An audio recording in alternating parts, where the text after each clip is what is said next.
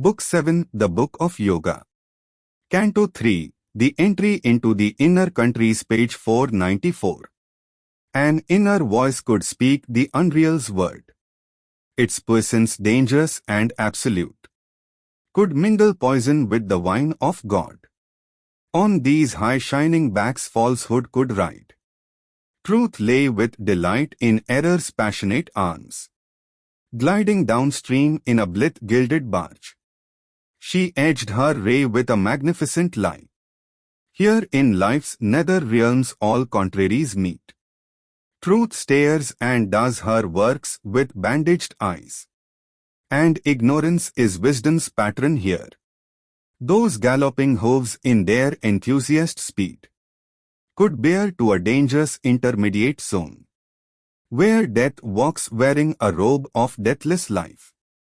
Or they enter the valley of the wandering gleam, whence, captives or victims of the specious ray, souls trapped in that region never can escape.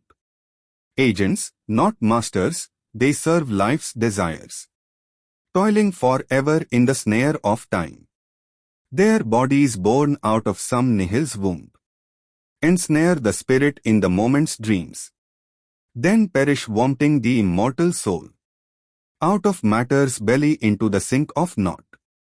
Yet some uncaught, unslain, can verily pass, carrying truth's image in the sheltered heart. Pluck knowledge out of error's screening grip, break paths through the blind walls of little self, then travel on to reach a greater life. All this streamed past her and seemed to her vision's sight, as if around a high and voiceless isle, a clamor of waters from far unknown hills swallowed its narrow banks in crowding waves, and made a hungry world of white wild foam, hastening, a dragon with 1,000,000 feet. Its foam and cry a drunken giant's din, tossing a mane of darkness into God's sky. It ebbed receding into a distant roar. Book 7, The Book of Yoga.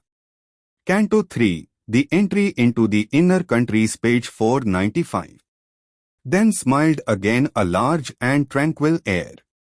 Blue heaven, green earth, partners of beauty's reign, lived as of old, companions in happiness.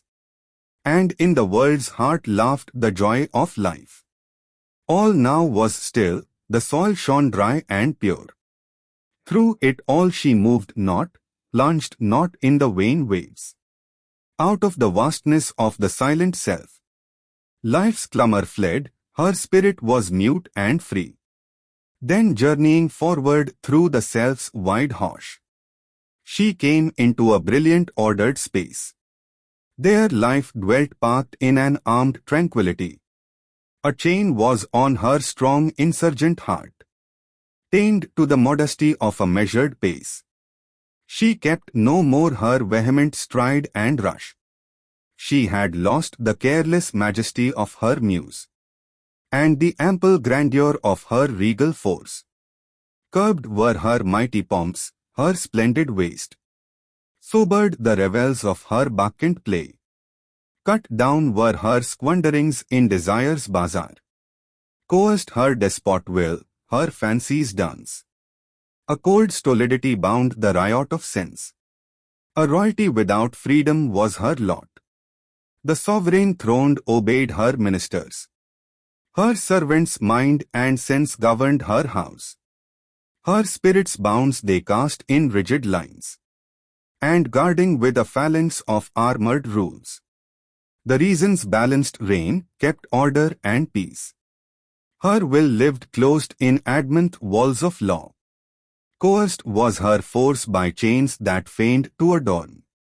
Imagination was prisoned in a fort, her wanton and licentious favorite. Reality's poise and reason's symmetry were set in its place, sentineled by marshaled facts. They gave to the soul for throne a bench of law, for kingdom a small world of rule and line.